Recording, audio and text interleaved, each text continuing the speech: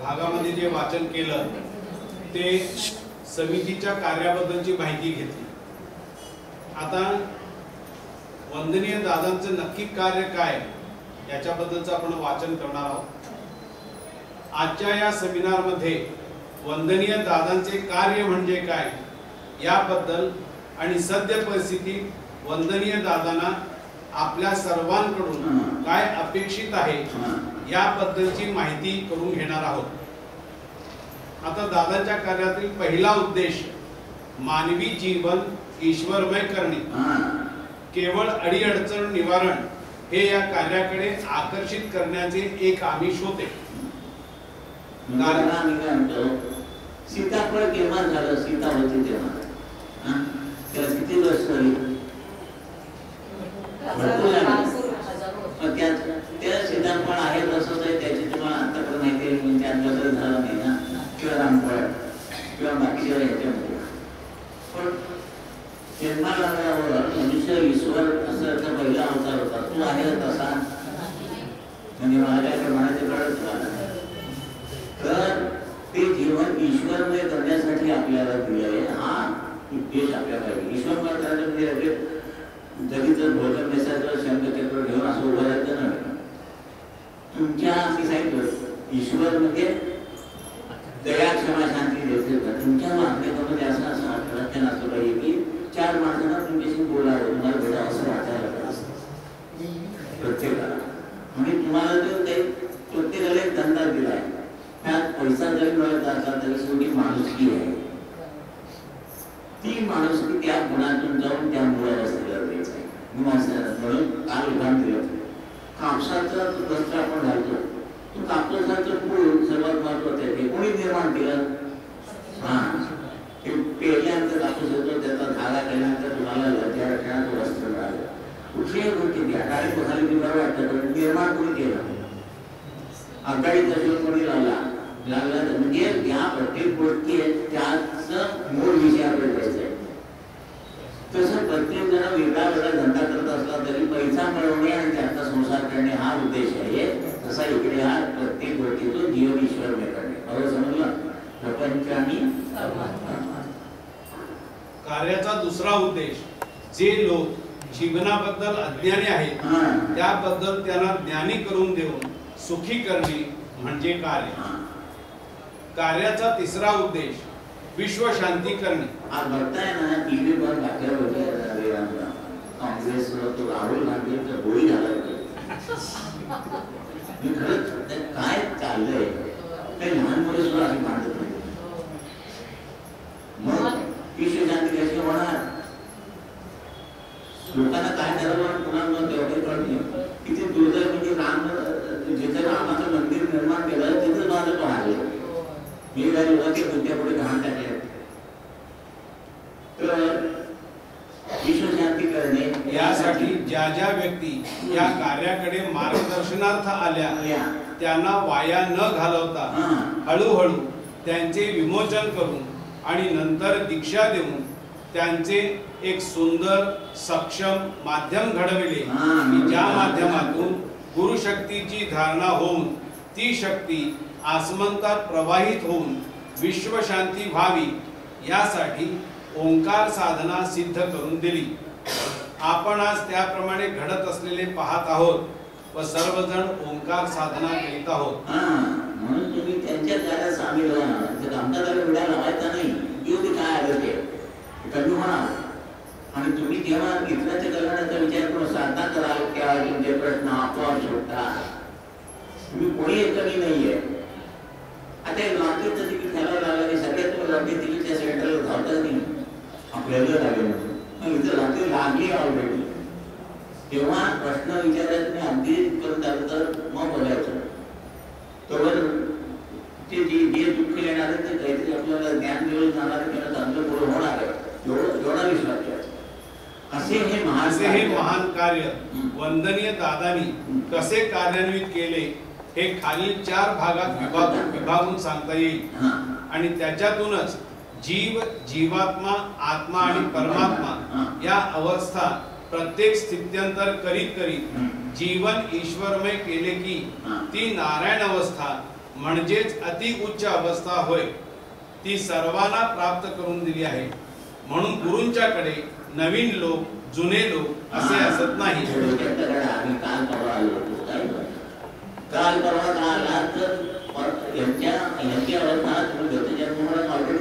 प्राप्त केली आहे. तर उरलेली प्राप्त करायला म्हणजे सर्वात पुढे तुम्ही आहात, सर्वात तुम्ही आम्ही बाद आहेत कुठे. आता नवीन येणारा मनुष्य तो ऑलरेडी त्या अवस्थेपर्यंत पोहोचलेला आहे, समजलं. तेव्हा पहिल्यांदा लोकांना अट्रॅक्ट करण्यासाठी कामकाज आणि निराकरण या तुमचं कल्याण करतो म्हणजे कोणी आलं नसतं. अडचण निवारण करतो म्हणजे जाणारा आले उंदीर पकडतो एवढं येत नाही, बदल लावून ठेवलं तसे आले सगळे. मग आल्यानंतर यांच्यातून दोष काढल्याशिवाय यांचं हात होणार नाही म्हणून ही विमोचना केली. नंतर दीक्षा दिल्या 5 वर्षांनंतर. नंतर त्या दीक्षा टेकवण्यासाठी रोज प्रार्थना 5 मिनिटाची ओंकार साधना संमेलनाद्वारे मुलाखत, ओंकार साधना आरती साधना आणि मुलाखत. नंतर त्याप्रमाणे काय कामकाज करा. आम्ही बसत होतो, आता ही मुलं बसायला लागली, ते पुढच्याला तयार करा. असं काय पुढे झालं, कामकाज करायचं, आरती करायची, साधना करायची, हळू करायचं. असं 100% कार्य केलं.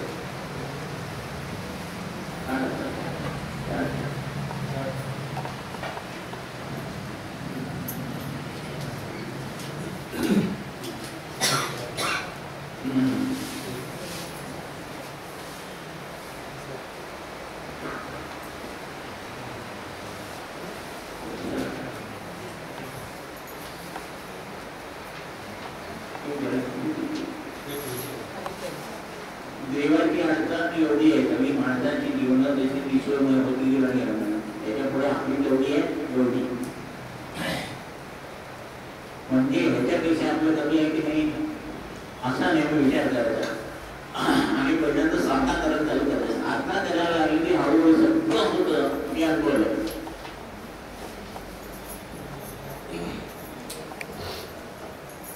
म्हणून गुरूंच्याकडे नवीन लोक जुने लोक असे असत नाही.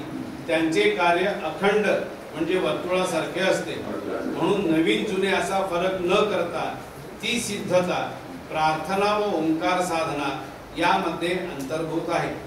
तेव्हा नवीन लोकांनी प्रार्थना व ओंकार साधना करायला लागल्यावर ती उच्च अवस्था त्यांनाही गुरुकृपेने प्राप्त होते. तर त्याच्यासाठी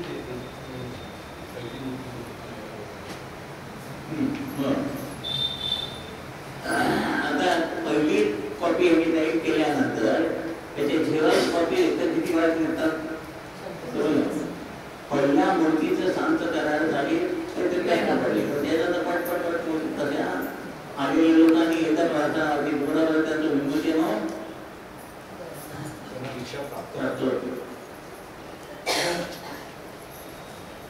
अशा प्रकारे कार्य केंद्रावर सेवकाद्वारे कामकाज, सेवक व इतर भक्त भाविकांद्वारे आरती व ओंकार साधना आणि संमेलनाद्वारे कार्याची ओळख करून देणे असे कार्य सुरू झाले. म्हणजे कामकाज, आरती आणि मुलाखत. याशिवाय आणि पुढचे कार्य म्हणजे आपण सर्व भक्त भाविक इतरत्र हिंडत फिरत असताना आपल्या डोळ्यातून, स्पर्शातून, शब्दातून म्हणजे ज्यांच्याशी आपण संवाद साधू तेव्हा गुरुशक्ती ही सहजपणे इतरांकडे प्रवाहित होते आणि त्यांचाही विकास होऊ लागतो. त्याशिवाय आपण इतरत्र चालत फिरत असताना आपल्या पायातील पावलांगडी ती गुरुशक्ती पृथ्वीच्या पोटात सामावत जाते. आता पृथ्वीच्या पोटात सामावण्याची का गरज आहे? एवढा मोठा आंदोलन काही चुकीच करू नये. पण ती ती अशुद्धता झाली आहे बोर्ड तर तुम्ही पाय चालत असताना ती जेवढी शक्ती ती जाळून तुम्ही पावलं टाकली ती तुमच्या काळातून ती गुरुशक्ती आत म्हणून ते सगळं व्यवस्थित होणार आहे. म्हणून ते शक्तीपीठ भूमीत ठेवले बरोबर. म्हणजे तुमचा उपयोग करून प्रत्येकाचा तुम्ही कोणीही कमी नाही आणि स्वतःला कमी समजायचं नाही. समजायचं म्हणजे दादागिरी करत समजायचं नव्हे. पण माझ्या हातून पण ते कार्य करून घेत आहेत आणि मी त्यांच्या कार्यात सहयोगी झाले त्याचा आपल्याला हे वाटलं, अभिमान वाटला पाहिजे. ज्यामुळे पृथ्वीच्या पोटातील अशुद्धता जी आहे ती निवारण होते, इतके हे कार्य वंदनीय दादांनी व्यापक आणि सोपे केले आहे. याचे अजून स्पष्टीकरण म्हणजे अशी ती उच्च अवस्था आपणा सर्वांना प्राप्त होण्यासाठी वंदनीय दादांनी सर्वांचे काया वाचा मन याचे एकरूपत्व करून प्रत्येकाची एक प्रतिमाच तयार केली. वंदनीय दादा पुढे म्हणतात की आता तुमची प्रतिमा जी केली म्हणजे तुम्ही जे आई उदरातून आलेले होतात किंवा एखाद्या घराण्यात किंवा एका जातीत जन्माला आलेले होतात, ती जी तुमची सगळी शेपट होती ती सगळी कापून एक गुरुभक्त म्हणून तुम्हा सर्वांना नामाभिमान प्राप्त झाले. हे गुरुचं कुटुंब असायचं का? कुटुंब एकदा दिलं नाही. आता ती आता की स्टेटीचे भांडवल काय नाही. म्हणजे सगळ्यांचं काय केलं देवा एका लेवलमध्ये आणून तुमचे प्रतिमा तयार केली होती. तुम्ही साधना करायला लागली तुमच्या हातून आमच्या हातून त्यांनी हे महत्वाचं हे होत राहणार. फक्त तुम्ही विश्वास ठेवायचा आहे. हा विश्वास बसत नाही आपला लवकर. हे असं खूप चालते. तुमची ओळख योगी आहे काका, मी काय वर्ण पडलो का आणि तुम्ही खायला आलात असं काहीही नाही. तेव्हा ही तुमची आता जी प्रतिमा गुरुभक्त म्हणून आहे ती म्हणजे तुम्ही ईश्वरी कार्यार्थ 100% माध्यम तयार झाला. म्हणजेच ही गुरुभक्त म्हणून प्रतिमा तुमची झाली म्हणजे तुम्ही 100% माध्यम झाला. जे तिकडची कृपा तुम्ही धारण करायची आणि लोकांना तिकडे प्रगत करायची. मुलांना सांगायचं म्हणा विवेक द्यायचा. कोण काहीतरी तुम्हाला सांगितलं तर प्रार्थना करायला आपल्याला त्यांना केंद्रावर घेऊन घ्या. हे सगळं इतरांसाठीच आहे ना. याचा अर्थ तुम्ही जे दानव होता ते देव झाला. म्हणजे नारायण व्हायचं ते पूर्ण झालं. म्हणजे आता तुमच्या पूर्वीच्या पद्धतीप्रमाणे देवाचे टाक किंवा पंचधातूच्या मूर्ती ज्या होत्या त्या पूर्वीच्या काळच्या प्रतिमा म्हणजेच ती माध्यमेच का नाही. सकाळी तुमच्या कृष्णाची मूर्ती किंवा प्रतिमा होत्या, तुम्ही सकाळी पूजा करता किंवा अभिषेक करत होते ती माध्यम म्हणजे त्या अभिषेकातनं ती शक्ती दुधातून तुमच्या तीर्थ म्हणून घ्यायची आणि ते तीर्थ तुम्ही घेत होतात त्या देवाच्या टाकायच्या ऐवजी तुम्हीच माध्यम झाला. समजतंय ना. विश्वास बसत नाही समजून झालं. पण गुरु सांगतात म्हणून तो विश्वास ठेवा ना. दादा म्हणा की हात आहे की आता बरेच वेळा तुम्ही रेल्वेतून प्रवास करता तो ड्रायव्हर कोण आहे, पिळालेला आहे का कसला आहे काय माहिती नसतं. पण तुम्ही आराम याच्यावर झोपताना का तो टपीवून बसला आता नाम खांद्यावर घालतोय त्याच्यावर त्याच्यापेक्षा गुरु ओळख नाहीत ना. त्याच्यावर विश्वास ठेवून जर तुम्ही बसमध्ये आराम झोपता ट्रेनमध्ये झोपता मग इथं का तुम्ही विश्वास दाखवता. तर त्या आता त्या मूर्तीच्या ऐवजी तुम्हीच माध्यम झाला. म्हणजेच दानव होतात त्याचे आता देव झाला. तेव्हा वंदनीय दादांच्या 30व्या गुरुपौर्णिमेच्या निवेदनाप्रमाणे या पुढचे कार्य म्हणजे जे का रंजले गांजले त्यासी म्हणे जो आपुले तोची साधू ओळखावा देव तेथेची जाणावा.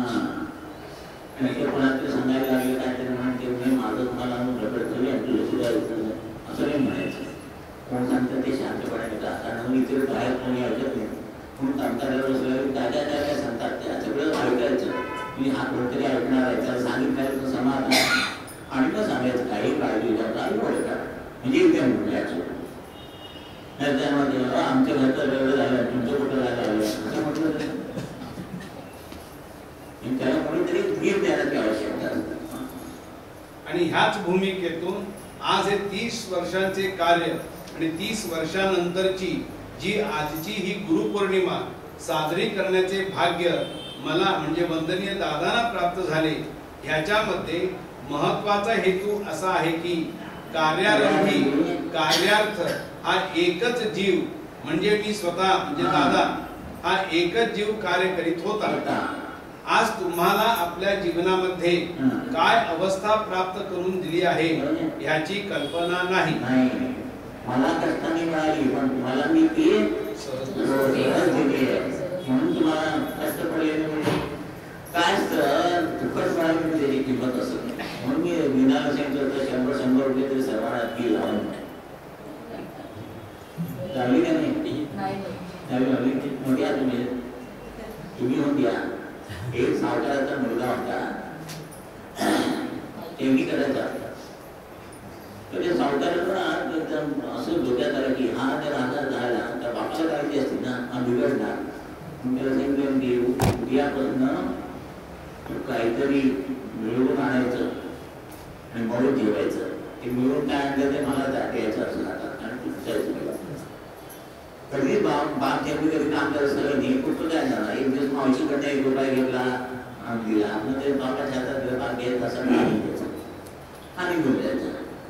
एक दिवस मावशी दिलं, एक दिवस काकाने दिलं, एक दिवस कोणी दिलं, एक दिवस दिलं कोण देत आहे. एक दिवस सकाळपासून बस स्टँडवर हमाली केला तर संध्याकाळी 1 रुपया मिळाला. मग 5 वाजता आला. आधी हैराण झाला होता म्हणून असं बापाच्या हातात दिल्याबरोबर आपण दिलं तुम्हाला देतात ते फेकायला 4 बॅगा उचलल्या तेव्हा मला 1 रुपया मिळाला. किंमत पडते बरोबर आहे. तसं जर आपल्याला करायला लागलं असतं ना तर आपण अगदी ते दादा निवडायचे बाबांना की मला कष्ट द्या काय असतील ते पण माझ्याकडे येणाऱ्या भक्तांना तुम्ही कष्ट न देता हे द्या म्हणून आपल्याला मिळालं हे डोक्यात ठेवा. आणि ते डोक्यात ठेवूनच लोकांना सांगायचं म्हणून की आतापर्यंत ऍक्टिव्ह आहे. अरे त्यांनी एवढं केलं निदान आपण एवढं चुकं केलं बरं सगळं आरामात सगळ्या मिळून जातात आणून सोडतायत व्यवस्थित माझी काळजी घेत आहेत मग करायला काय बिघडेल बरोबर आहे ना. हा किती बरं विचार करायला लागतो. एकदा दादा थोडे फिरायला निघाले होते आणि 1 वर्ष पण ते काम करायला अडचण घेऊन आला आणि म्हणजे दादा म्हणाले की उद्या येईल म्हणजे आपल्या आता मी सगळं चालू पण दादा फिरून आले की 6, 6:30 वाजता की संध्याकाळचे तुम्ही हे करता की नाही झोपी तसे दादा कसे बाबांच्या समोर बाबा म्हणाले तू फिरायला जा आणि आलेल्या लोकांची कामं मी करतो कळलं ना तुम्हाला त्याला पाठवले असते ते आम्हाला दादाने सांगितलं आणि त्याच्यावरून आम्ही हुशार व्हायला पाहिजे. म्हणून मला लंडनला जायचा प्रसंग आला. गेलो आम्ही लंडनला सगळी गर्दी गाठ आली आणि दुसऱ्या दिवशी एका त्या विदेशच्या मैत्रिणीचा फोन आला. त्या दिवशी आम्ही संध्याकाळी गार्डनला जाणार होतो बघायला. तिथली तिकीट काढली होती सगळी 5-5 आम्ही गेलो तर झालं तर 4 वेळा करून गार्डनला बघायला जायचं. तेवढंच त्या विदेशला फोन आली त्या मैत्रिणीचा तुझे मित्र येणार होते ते आले का माझ्याकडचं काम होत नाहीये सगळी कामं तुम्ही करते.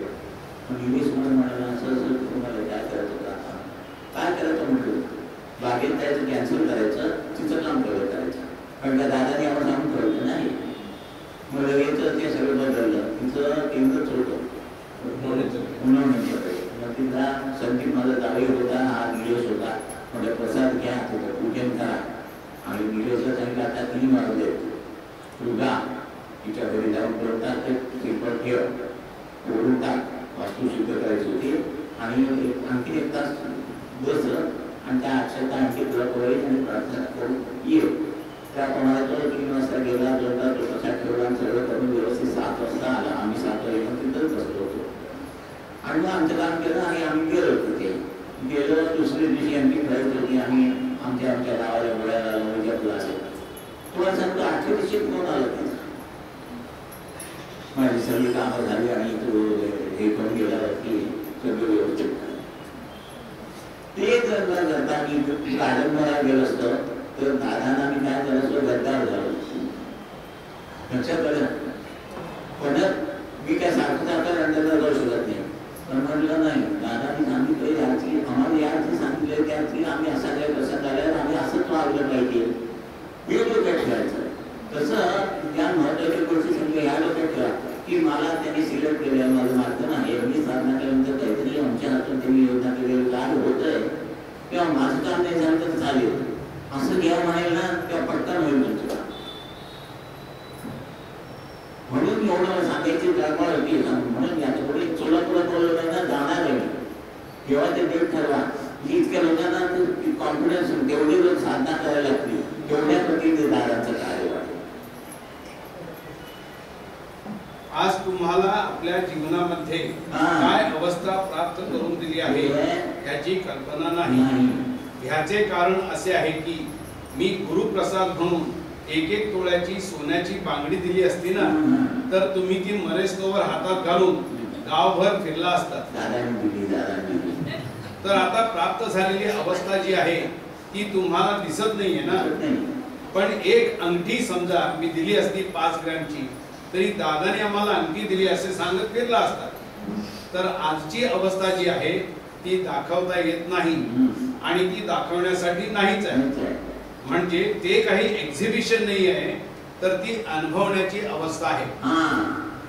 तर दादा आम्हाला सांगायचे तुम्हाला 360 अंश तर मग माणसाचं प्रत्येकाचं एक कितीपासून 150 महिन्यापर्यंत असतं. त्या कर्मबलातून तुम्हाला मी काढलंय. तुम्ही निराकरण इथं बसून लंडन मधल्या माणसाला सांगितलं तर त्याचं काम होईल.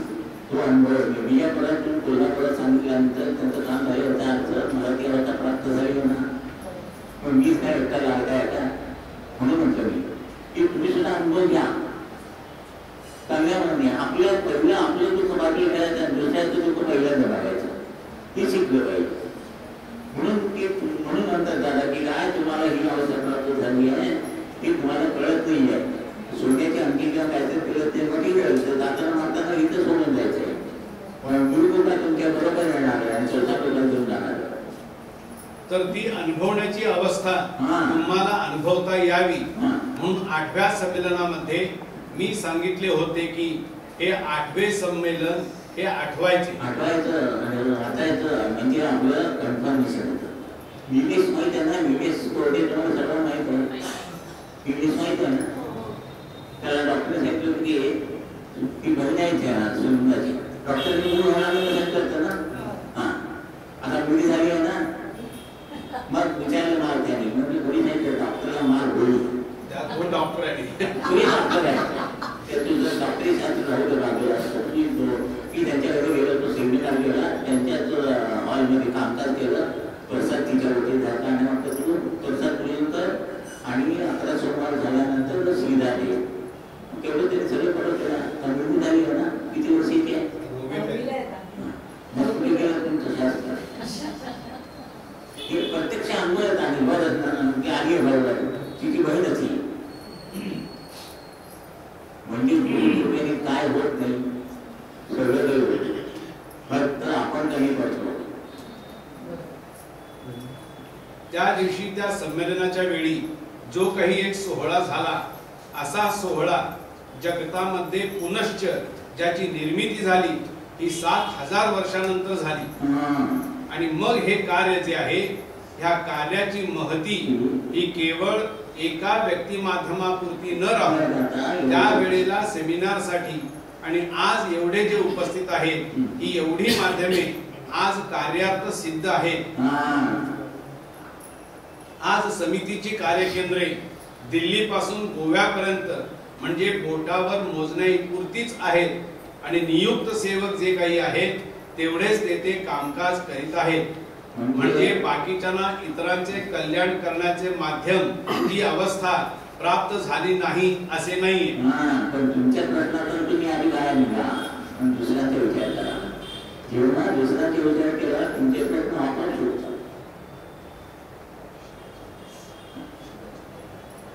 कॉमेंटसाठी शिका केला आपल्या नाव कोणाचं शिका कोणा.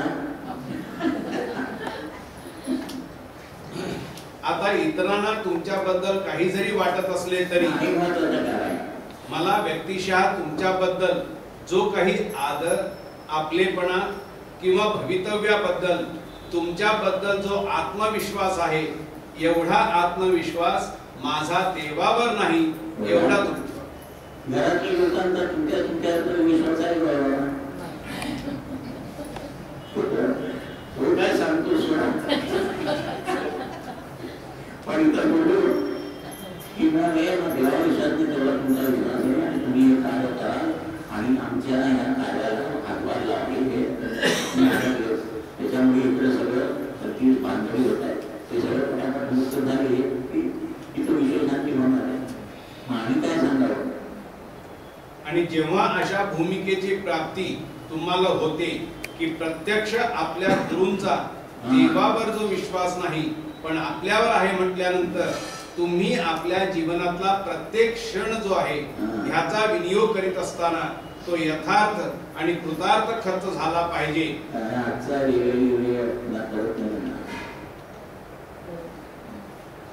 नंतर काही पश्चात्तर झालं तेवढं निघून आता शाळा व्हायचा उद्या नाहीच. उद्या एकदा उत्तरात बसला होता आणि न्याय देत होता सर्वांना तेव्हा नीम घंटा वाजवायचा तर झालं दुपारची वेळ झाली 11:30 जेवायची वेळ झाली मग तो कोणीतरी प्रश्न विचारायला आला तेव्हा त्याला सांगितलं की धर्मराज मिळाला जेवायची वेळ उद्या यायचं मग ते धर्मराज असे निघाले तेवढ्याच विमान उतार झाला तुम्ही आता कोण आले कोण आलं नाही मीच विचारतो म्हणजे उद्या तुम्ही राहणार शिल्लक आपण किती ऐकतो आत्ता होते आत्ता गेलो कुठे गेलो परवा ते 2 लहान मुलं उंट आला म्हणून मला गेली म्हणे अशी अशी बळून तिथे उंट होतं तू गेला आणि जाऊन त्या खड्ड्यात पडली एवढी 300 दिवशी सापडली. उद्या गेल्या नाहीच आजच त्याला म्हणाले आजचा शेवटचा दिवस असं कार्य करत आलं म्हणून 50 वर्षात 500 वर्षाचं काम झालं.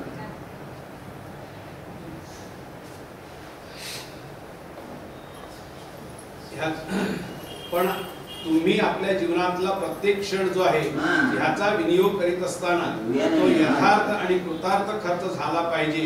ह्या भूमिकेतून पुढच्या वर्षीच्या गुरुपौर्णिमेपर्यंतचे आपले जीवन जे आहे हे केवळ आपल्याला जगण्यासाठी नसून गुरु कार्यार्थ हे यापुढील जीवन आपल्याला प्राप्त झालेले आहे हा विचार ठेवा.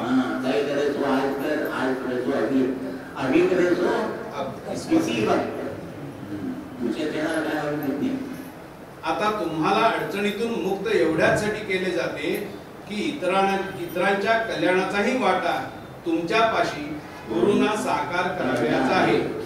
त्याला तुमची माध्यमे जी आहेत ही संतुष्ट असायला पाहिजे.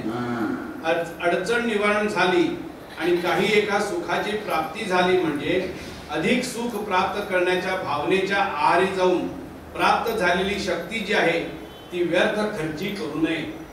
कारण आता जे जे काही प्राप्त झाले आहे ते माझ्या मते काही कमी नाहीये.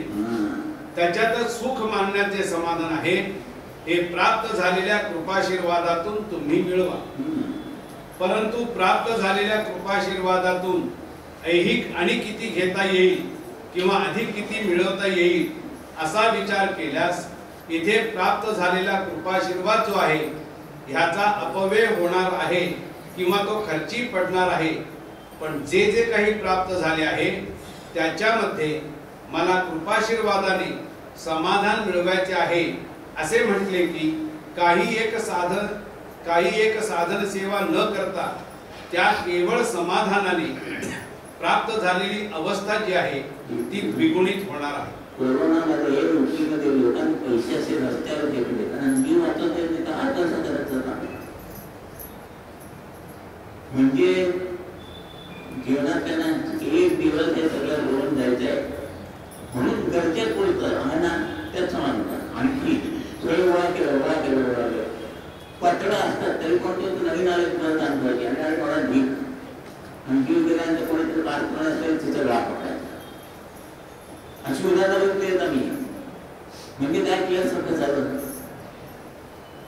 तेव्हा असेपर्यंत काय काय असेल ते गरजेपुरतं पहिला देवतेला कोण सांगतं भरवयाचं काम नाही बसायचं तसं गरजेपुरतं अन्न घे म्हणून सांगतो की हे भाजीला जाताना येताना सगळी माहिती पिशवी पिशवीच्या बाहेर लागते भाजी पोटाला वाहण्यात येतो घेवायचं नाही म्हणून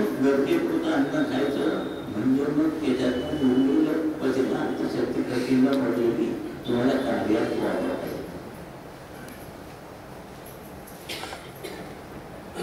परंतु प्राप्त झालेल्या कृपाशीर्वादातून ऐहिक आणि किती घेता येईल किंवा अधिक किती मिळवता येईल असा विचार केल्यास इथे प्राप्त झालेला कृपाशीर्वाद जो आहे ह्याचा अपव्यय होणार आहे किंवा तो खर्ची पडणार आहे. म्हणून प्राप्त परिस्थितीमध्ये समाधानी असणे हे आपल्याला गरज आहे.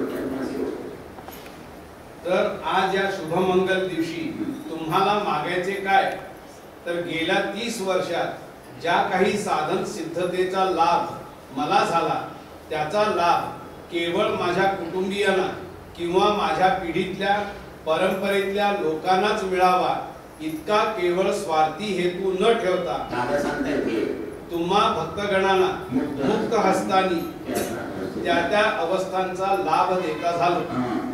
त्याचा अनुभव तुम्ही अनुभवते झाला. आता मी देता झालो व तुम्ही अनुभवते झालात म्हटल्यानंतर ही प्रेमाची एक गाठ भेट जी काही झालेली आहे ही तुमच्या अनेक जन्मांपर्यंत तशीच राहावी.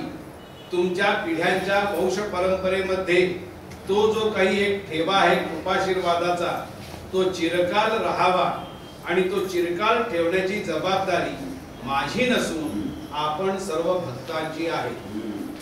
म्हणून संध्याकाळी टाइम ठरवायचा. आपल्या घराची मुलं असतील नागपूर असतील त्यांना सगळ्याला घेऊन बसायचं. 7 वाजता आपण त्यांना म्हणायची म्हणजे म्हणायची असं हे तुम्ही घालून दिलं पाहिजे. बाकीचं नंतर करा ते करा की आम्ही तुम्हाला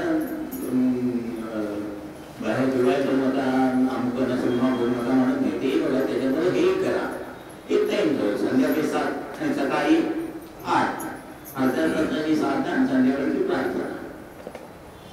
तर अशा जबाबदारीची जाणीव आज गुरुपौर्णिमेच्या दिवशी करून दिली म्हटल्यानंतर त्या जबाबदारीला जबाबदार तुम्ही राहाल असा आत्मविश्वास हा मला आहे. आणि ही तुमची अवस्था तुमच्या ज्ञान अज्ञानाने अन्य विचार अविचाराने अनाठाई खर्च न होता ती जन्मोजन्मी तुमच्या आणि तुमच्या पिढ्यांच्या कल्याणार्थ तुमच्या कुटुंबात जतन व्हावी आणि तशी विचारशक्ती आणि त्याला सांभाळण्याची शक्ती तुम्हाला सद्गुरु माऊलींनी द्यावी अशी त्यांच्या चरणी प्रार्थना करतो. एक तुम्हाला हे दादा मुलांना सांगितलं यांचं सकाळी पुढे बसत त्याचा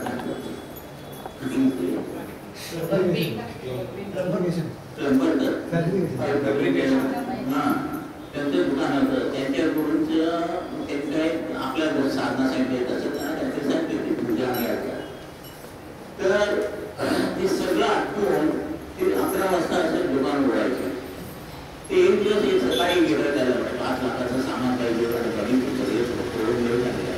ते म्हटले आणि थोड्यासाठी साधना म्हणून 11 वाजता पाहिजे तर या देतो नाही तर देतो. आपण काय केलं असतं 5 लाखांचं सामान मला गोळा गोळी आणि डाव इतकं कट्टर पाहिजे. त्या वेळेला 8 ला साधना करायची ना त्या वेळेला कोणी होते वाटले होते काही होते उचलायचं नाही. सगळं विचार करून बसून म्हणजे ते तुम्हाला कामाला येणार आहे की बाकीचं काही करणार नाही. प्राण गेल्यानंतर सगळं इथं सोडून जायचं दिवस आणि सोन्या डोळा घातक धरून जरी बसला ते असं होणार. हे सत्य आहे हे तुम्ही ऍक्सेप्ट केलं पाहिजे. याला ऑप्शन नाही. ते ब्रह्मसत्य आणि जगन्माया म्हणजे त्या सत्यावरती हे तुम्हाला भासमान आहे खरं नाहीच आहे. किती कसं एक श्रीमंत घरातल्या बायकात ना त्यामध्ये तिकडे चांगली घालून गेले ते लोक सोन्याची म्हणतात. आणि तुमच्या घरात नोकरीने काम करणारे नोकरांनी मागे असेल तुम्ही खरे सोन्यात घ्यायचे होते ते खोटे बॅकग्राऊंड अशी ती वरची बॅकग्राऊंड ब्रह्माची सत्य आहे. त्यावर हे भासमान जे आज आहे हे ज्या दिवशी समजेल तेव्हा प्राप्त दर्शन आयला तर चांगलं आहे. एवढं समजायचं हे ज्ञान इथे घडलं पाहिजे. तेव्हा वंदनीय दादांनी महत्प्रयासाने जी अवस्था प्रत्येकाला दिली आहे ती टिकवण्यासाठी अर्ध्या तासाची ओंकार साधना व प्रार्थना ही करावयाचीच आहे. आणि वंदनीय दादांनी आपल्याला काय दिले आहे हे समजून अनुभवण्यासाठी पुढील गोष्ट आता शशी काका सांगा. म्हणजे काय इतकी लांब वाचायची आहे ती थोडक्यात काका सांगते, म्हणजे ते 1.5-2 पानं वाचायचं वाचायचं. आपल्या जसं आपण आज गुरुमार्ग झाले तसंच एका गावामध्ये त्या व्यक्तीला वाटलेलं आपलं ज्ञान वाचत जीवनाचं सार्थ व्हावं म्हणून तो गुरुंच्याकडे गेला. पळचे आपण सांगतो मिळवायचे अंतर बांधावायचं चालत मिळून सगळा घेतले होते आणि म्हणाले तुला जे काही जे द्यायचं आहे ते तुला मी नकळत देईन, तू इथं राहा आणि सेवा करून पाठवा. अशी त्यांनी वर्षभर सेवा केली. महिना झाला 2 महिने झाला, आज काहीतरी देते उद्या काहीतरी देते आणि कोण त्यांना भेट वस्तू आणून देत होते, चांदीच्या वस्तू म्हणा भांडवल म्हणा असं करायचं म्हणजे यातच मला सगळं देत.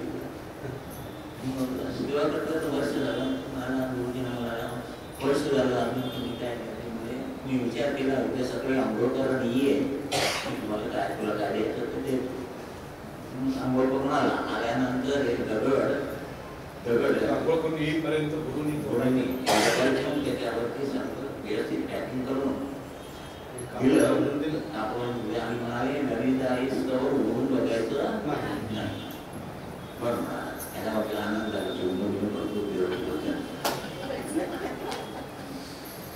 गेला आता पूर्वीच्या काळची गोष्ट आहे की त्यावेळेला गाड्या वड्या काय सांगत चालत जायचं हळूहळू आणि मग वस्ती करत जायचं. ते एका गावात आला काय आणि तिथे पूर्वी पाटलांची किंवा मोठ्यांची घर असायची. ते अशा यांना द्यायचे वाटसरूंना रात्री जेवण घालायचे आणि मग पुढे जायचं. तर आज त्या घरात का जातो वाटसरूंना आणि त्याला विचारतो तरी जेवण काय खातात नाही पुढे रात्री इथे राहा जेवण करा उद्या सकाळी जा. त्या घरात नेमकं काय सर एक वडमरात्री जातो आणि यांच्या मुलं 3-4 वर्षाची झाली की मरत असतात. अशी 3-4 मुलं वेगवेगळी असतात आणि एक मुलगा असतो आता तो आणि नेमकं त्या दिवशीच घेऊन आला. तर हा जो शिष्य ते डोक्याखाली दगड घेऊन तो आराम झोपलेला असतो. कारण ते महत्वाचं दिलं ना, महत्वाचं डोक्याखाली ब्रह्मराक्षस येत होते की वेळ करायला आल्यावरती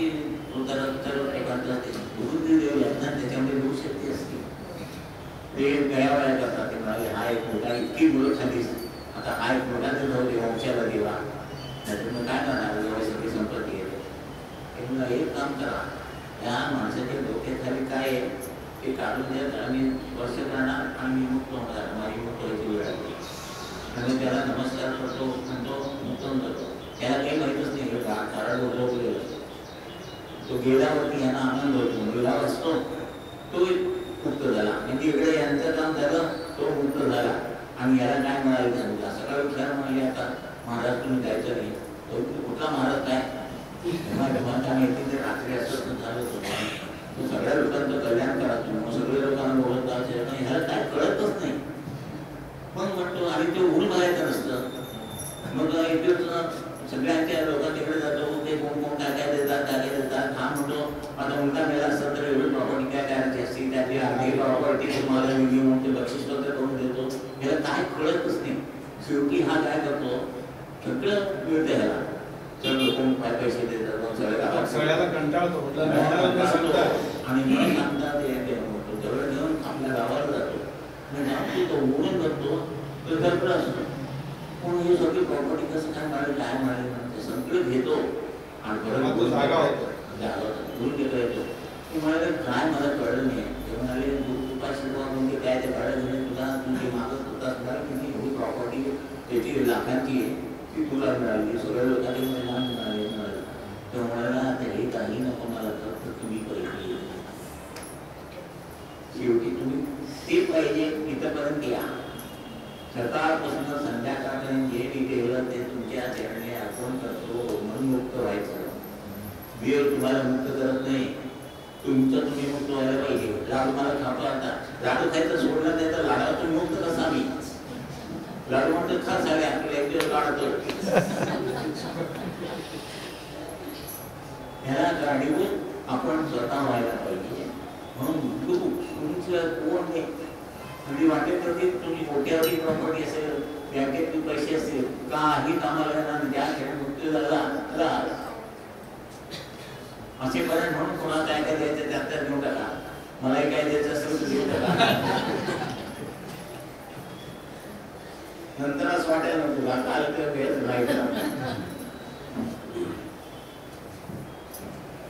गंमत होतं त्या विषय त्याला क्लिष्ट असलं की हसलं मी बरं वाटतं तेव्हा तुम्हाला काय काय दिलं ते तुम्हाला समजणार नाही मी फक्त साधना करून बसावं ते तुम्हाला हे समजेल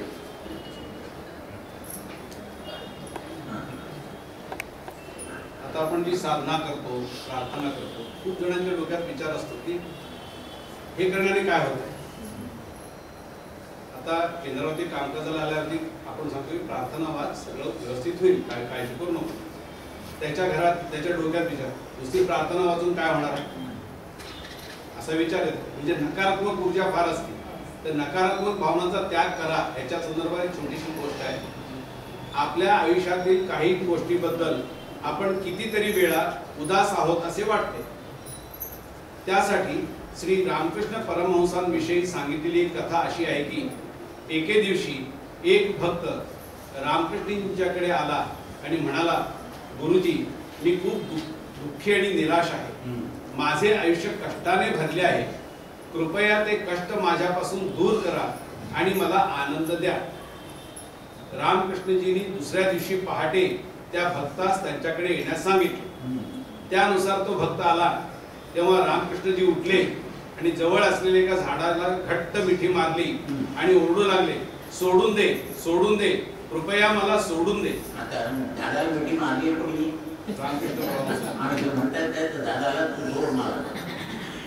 आणि म्हणाले की हे झाड मला सोडत नाहीये हे पाहून इतर भक्त चकित झाले त्यांनी परमहंसांकडे धाव घेतली आणि त्यांना मदत करण्याचा प्रयत्न करू लागले कोणी इकडे ओढते आहे तर कोणी तिकडे ओढते आहे पण परमहंसजी काही सुटे ना मग भक्त त्यांना म्हणाले गुरुजी झाडाने तुम्हाला धरले नसून तुम्हीच झाडाला घट्ट धरलेले आहे जर तुम्हाला असे करण्यास त्रास होत असेल तर कृपया झाडाला सोडून द्या रामकृष्णजींनी जेव्हा हे शब्द ऐकले तेव्हा त्यांनी त्या झाडाला सोडले आणि भक्ताकडे वळले आणि स्मितहास्य केले व ते म्हणाले की आमचे आयुष्य हे दुःखद स्थितीत आहे आणि आयुष्य आपणास दुःखी करीत नाही तर आपण दुःखाला धरून बसलो आहोत आणि त्यामुळे आपल्याला दुःख आहे अशी तक्रार करीत आहोत आपण सोडून देणे शिकल्यास ते निघून जाईल आपण सोडून देऊ शकत नाही आपण आपले आयुष्य उदास आणि वेदनादायक बनवित आहोत तर या नकारात्मक विचारांना सोडून द्या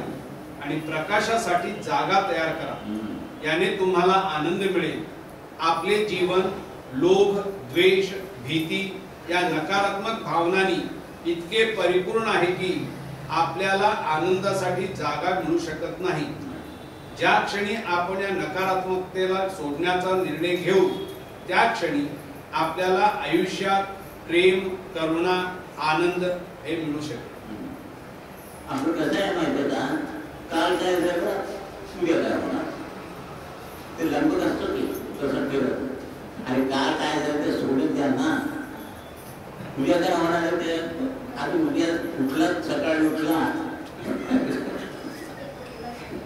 डॉक्टरकडे गेला त्या पेशंटला गोळी द्यायच्या उद्या सकाळी उठलं तर ही गोळी घ्या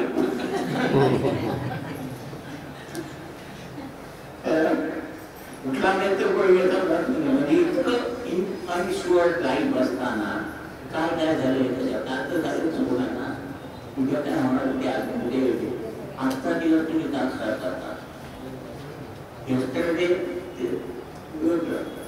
उद्या येणार ते अजून पाच प्रेझेंट दिलेला प्रेझेंट आजचा दिवस चांगला घालवला तिथं चांगला म्हणून कर्म होणार आहे उद्या तर येणार तुम्ही चांगलाच करणार आहे म्हणजे चांगलं झालं की नाही म्हणून ते काल काय झालं ते तिचं वळलं कोळसा जेवढा उडाल तेवढं काही चंदन जेवढं उडाल तेवढे सुखाशी म्हणजे शिकायचं आजचा दिवस कसा व्यवस्थित राहिला आज मला इतरांसाठी काय मदत करता येते कुठे बोलायला पैसे पडत नाही करून तर करा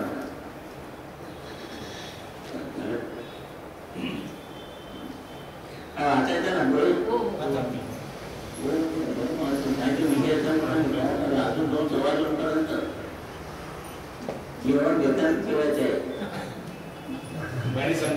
सक्तीला यायचं. 2 दिवस तुमचा त्याला हे करा, काय झालं तर बघूया.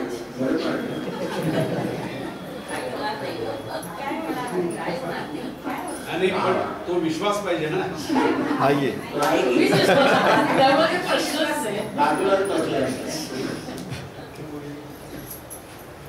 आता जन्माला महत्वाचा विषय होता. जन्माला येण्यापूर्वी काय होतं, आत्मा अधिक कर्म असे असते. म्हणजे ही परलोकातील अवस्था. आत्मा आणि कर्म.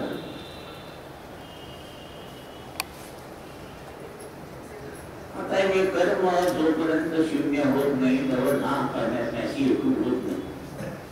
आता हे कर्म शून्य करायचं तर काय, तो काही करू शकत नाही. ग्लासाशिवाय पाण्याला काही करता येत नाही. म्हणून मला जन्म घेण्यासाठी काय पाहिजे, देह पाहिजे. म्हणजे काय पाहिजे, आई वडील म्हणजे मातृत्व. आता काय या आई वडिलांच्या पोटी जन्म घेणार, त्यांना जर आधीची 2-4 मुलं असली तर ती काय झाले, म्हणजे इकडे झाले. आणि इकडे जन्म कोण झाले, आईची मावशी झाली, वडिलांचे लोक काका झाले, हा वंश वृक्ष एवढा मोठा. आणि या घराला जन्माला आले तर देवा. आता बघा, हा मी काय सांगतो, आत्म्याचा जन्म घेण्यापूर्वी ऑब्जेक्ट म्हणजे ध्येय असतं, कर्मशून्य असतं. ऑब्जेक्ट.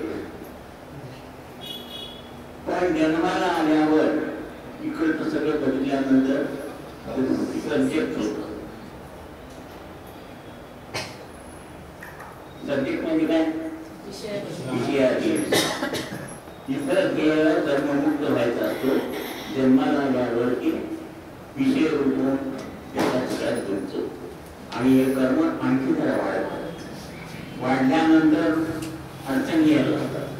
अशा अडचणी आपण यायला लागल्यानंतर आगंतुक दुकान जोडलेले ते व्यवस्थित केल्याशिवाय तुम्हाला जास्त ते मार्ग सापडत नाही. अडचणी यायला लागल्यावर कुठे आलो आपण, त्या संदर्भात आता वाच. आता जन्माला येण्यापूर्वी आत्मा अधिक कर्म असे असते. म्हणजे ही परलोकातील अवस्था. ते कर्म शून्य केल्याशिवाय आत्म्याला मुक्तता नाही. आता ते कर्म शून्य करण्यासाठी देह पाहिजे. म्हणून मातृपितृ ऋणानुबंध जोडावा लागला. या माता पित्यांना जर पहिली काही मुले असतील तर ती इतरेजन म्हणून आली. तसेच आईची बहीण मावशी, आईचा भाऊ मामा आणि वडिलांचा भाऊ काका, वडिलांची बहीण आत्या इत्यादी इत्यादी अशी सर्व इतरेजन ऋणानुबंध म्हणून जोडला गेला.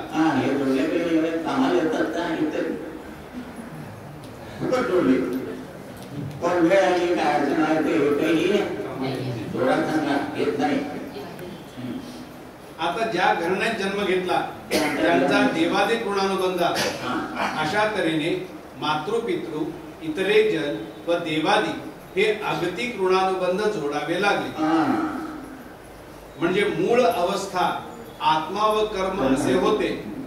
आता 3 ऋणानुबंध अगतिक जोडल्यामुळे आत्म्याचा मूळ विषय म्हणजे ऑब्जेक्ट किंवा ध्येय काय होते तर कर्म शून्य करणे. मार्गी झाल्यानंतर तुम्हाला प्रतिमांचं अनुष्ठान सांगतात ना माझ्या कुटुंबाचं, त्यावेळेला हे मातृपितृ आणि इतरांनी याचं रूपांतर कर्मात त्या कर्माशी जोडून दिलं जातं, चांगलं कर्म म्हणून. आणि या देवादिकाचं काय करतात,